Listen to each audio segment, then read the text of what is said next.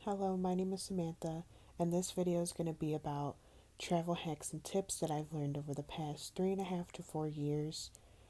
This video is kind of for anybody who's, been traveling for a while and just wants to see someone else's perspective, or, this is your first time traveling and you're just looking for somewhere to kind of get information, just like how I did when I first started traveling.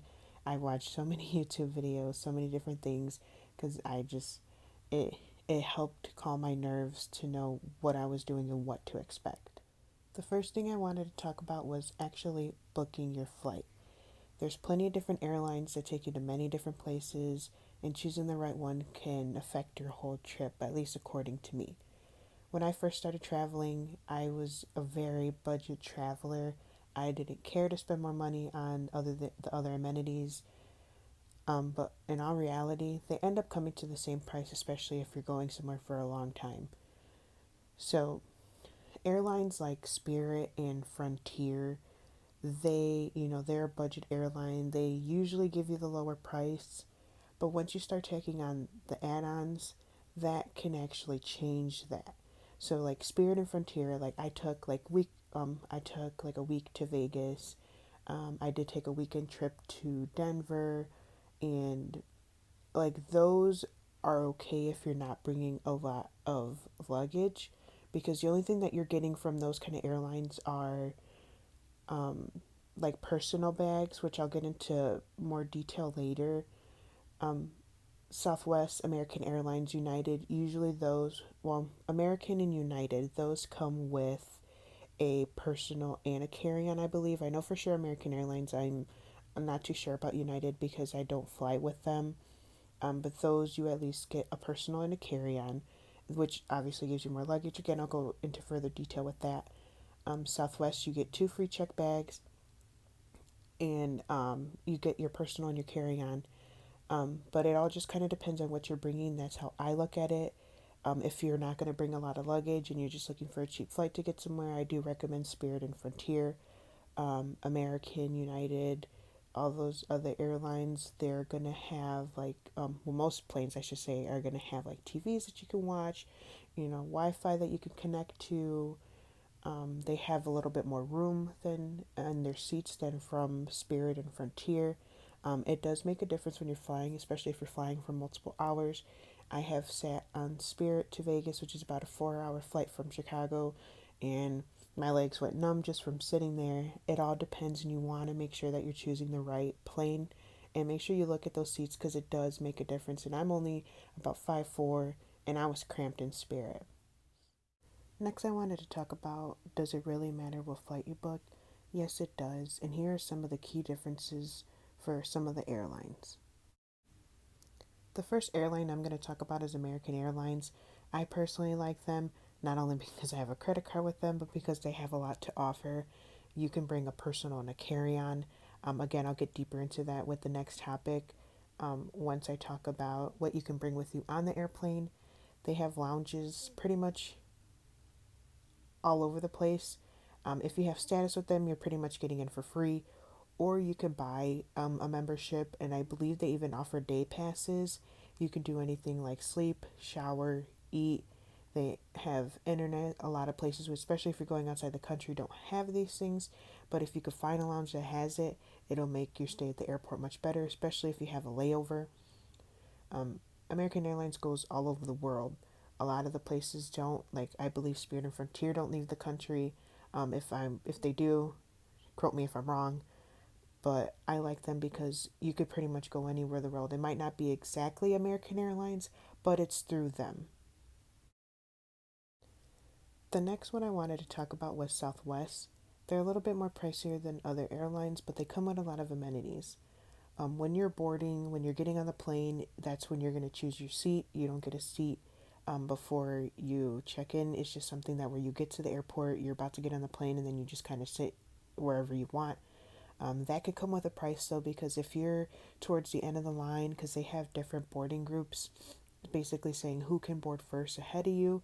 If you're not one of those first people, you might not get the seat that you want, or you'll get all the way in the back and you run out of carry on room if you're bringing a carry on with you onto the plane.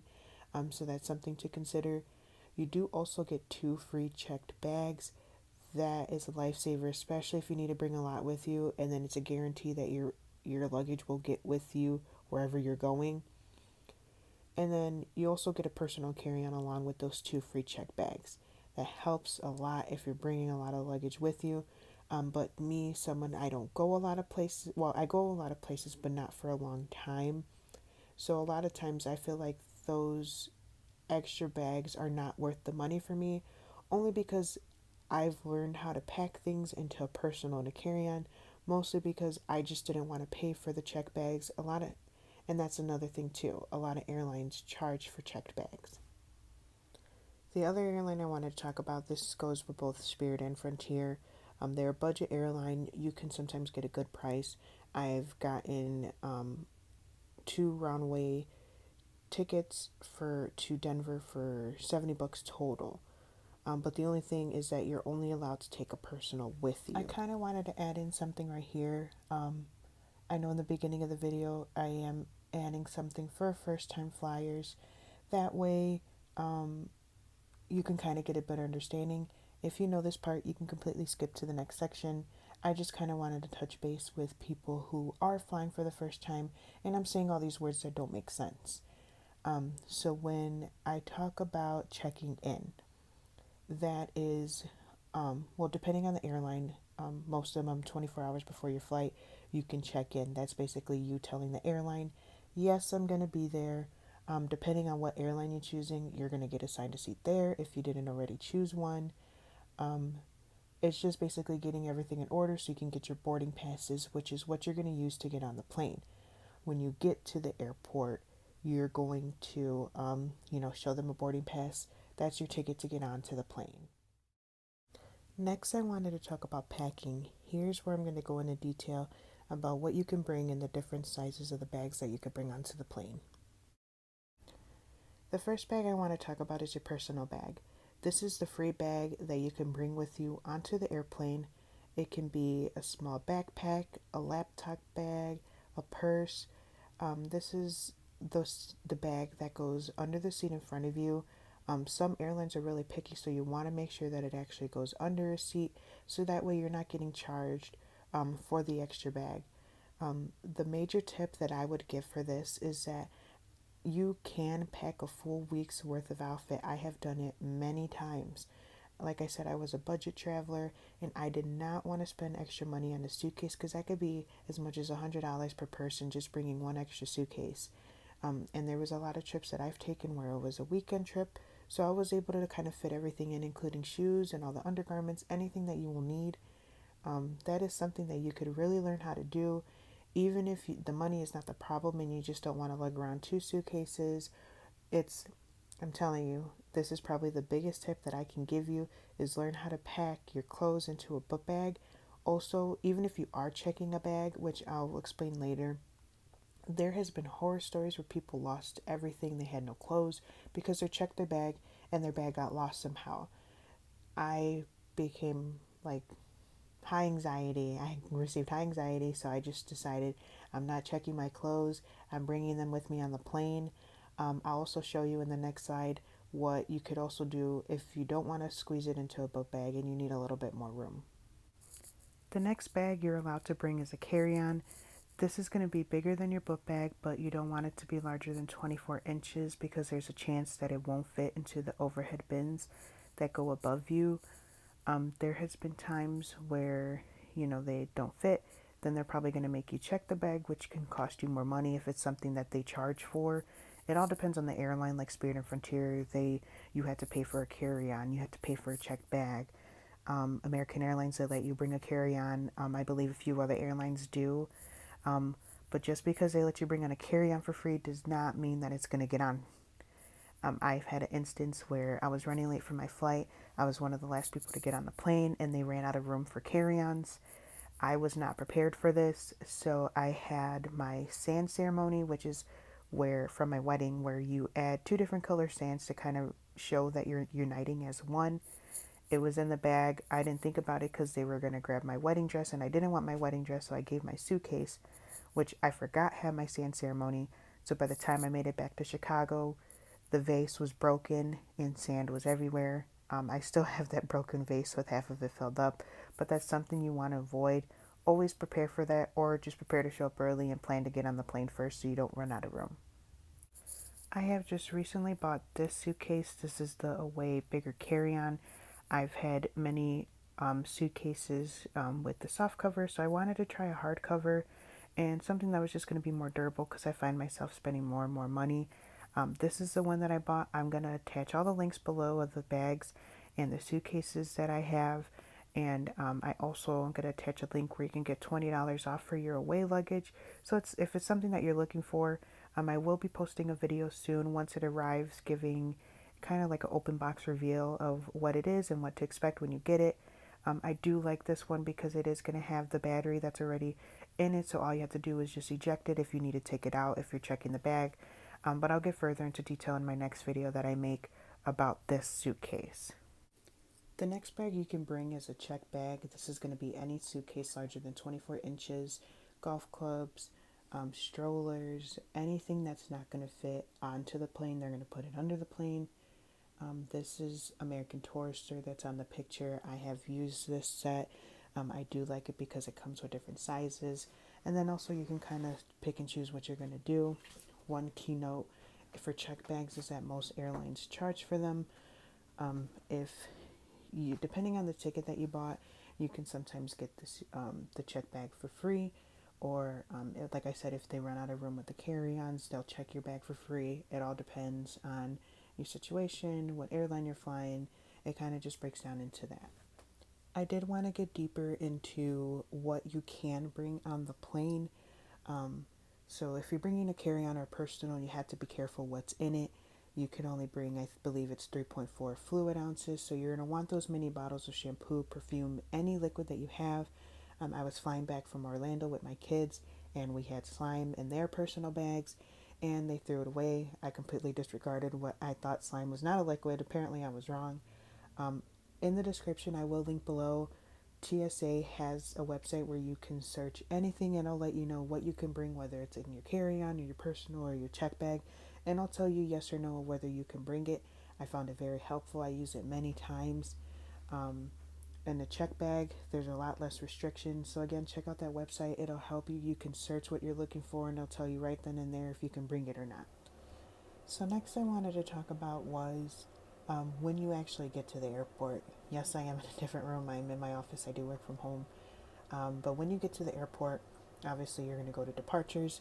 That is where your plane is going to leave. When you first get there, like I mentioned earlier, if you check it on your phone at least 24 hours before, you'll get either your seat number or it's just basically letting them know that I'm going to be there. If you don't have any bags to check, which are the bags that are going to go under the airplane, you can go immediately to security. Security is where they're going to just go, make sure that everything's okay. Sometimes you'll show your ticket and then you'll get through, and then that way you'll walk to your gate. I'll explain that further a little later. If you are checking your bag, depending on the airline, some have self check-in kiosks where you can, print out the label there for your suitcase, and then they have a drop-off area. Some airlines, you actually have to go up to the counter and talk to somebody. They weigh your bag, and then they take it to the back. After you go through security and after your bags are dropped off, you're going to go, well, let me start with security. Forewarning, if you do not have TSA pre-check, you're going to have to take off your shoes completely. You're going to put the bags that you have with you onto the conveyor belt. Some of them require you to take out, well, I believe all of them require you to take out your laptop. I've never had to bring one, so I never been through that. If you have food or drinks, they're going to want you to get rid of those. Or if you have snacks, they're going to want those outside the bag as well. If kids, they don't do this with kids. They never had them do it with mine. And then depending on where you're standing in the line, sometimes you have to go through the big tube where it does a full body x-ray, or you just walk in through the metal detector. Every time I was with my kids, they've only let me and my children only walk through the metal detector. Everybody else has always had to go through the circle tube where they're doing a full body x-ray. Once you get past security, you're going to go to your gate, which will be on your ticket. Some airports are really big, especially Orlando, and they're all just numbers. And that gets really confusing because there'll be gates 1 through 100, and you're trying to figure out, okay, which one do I go? Some of them are all the way at the end, some of them are not. It gets very confusing, so it's good to familiarize yourself with what your gate is. And then there's always signs everywhere telling you where each gate is, so that makes it a little bit easier. So once you're on the plane, you can finally relax a little bit. Depending on what plane you did, you're going to have different amenities. I know with American Airlines, a lot of their planes have TVs. That way you can watch movie, play games. It's very helpful, especially if you have kids. You can connect your phone to the internet as long as it's working. When I took Southwest back in August, both flights, their Wi-Fi was not working, so there was nothing to do. They had no TVs. I was relying to be on my phone. I couldn't do that. American Airlines, I know they serve food and drinks. Depending on how long your flight is, you'll automatically get those things for free. Now with COVID restrictions, they're not so much giving food. They'll hand out snacks. It kind of just depends on where you're going, how long you're flying. If it's a short flight, they most likely won't give you nothing. Also, they have the different classes on the plane. So if you're in economy, you're kind of, I wouldn't expect anything. It's very hard to get anything out of economy. They might give you a free drink, or you can ask to purchase one. After that is usually main cabin, that you might get like a free drink. You might be able to get snacks. It kind of just depends again on how long your flight is. There's also first class. That's usually very expensive. They usually go for way over what main cabin and economy will cost. Those usually get the meals, especially if you're flying a long distance. There's more leg room. You get more amenities. They also have business class. A lot of the higher tiers, like first and business, depending on where you're going and what airline you're taking, those kind of classes have like the lay down seats, the pajamas. I've personally never taken them, but I also never left out the country. I should say left out the country. That's usually when all those amenities kick in, because you are flying for 8+ hours and they want to make sure you're as comfortable as possible. So the last part I wanted to talk about was when you land. So you finally made it, you're going to get where you're going. The main thing I would say is that you're not going to get off the plane as fast as you got on. It does matter, especially if you're in the back towards the front. You're going to have to wait for all those people in front of you to get off. It kind of just depends on where you're sitting and then how fast people are moving. A lot of people bring on carry-on, so you're having to wait for those people to get out their seat and get those suitcases down. If you have a check bag, you're having to wait until they grab the suitcases from the plane and they're bringing them to the carousels. There's been a lot of times where a lot of airlines, either I didn't hear them or they just didn't say what carousel that they're going to be on. So it was kind of just a running game. Usually you're going to look for signs for bag claim when you get off the airplane, and you're going to follow those signs to the carousels. A lot of the carousels have signs above them saying like what city they just came from. Always pay attention to those if they did not tell you. I've even been told wrong carousels from the pilot. So kind of just look out for the signs. Don't go solely off what they said. Just kind of look. It does take a while to get the suitcases, so be prepared for that. But just again, make sure you find the bag claim signs above you when you're walking through the airport. Find the carousel, and then you'll be okay. If there's any problem with your check bag not being there, some airlines allow you to do it through the app, or just try to find somebody who you could speak to in that airport that can kind of tell you where to go from there. I just want to say thank you for watching. This is all I have for this video. If you have any further questions, you can comment below and I'll be sure to answer you. I just want to say thank you again for watching. This is one of my first YouTube videos, so bear with me as I work through it. I just want to share my experiences with you guys, and also any tips that I can have for the next person. Again, if you have any questions, comment below. Please like the video and subscribe, because I will be posting more videos in the future. Thank you.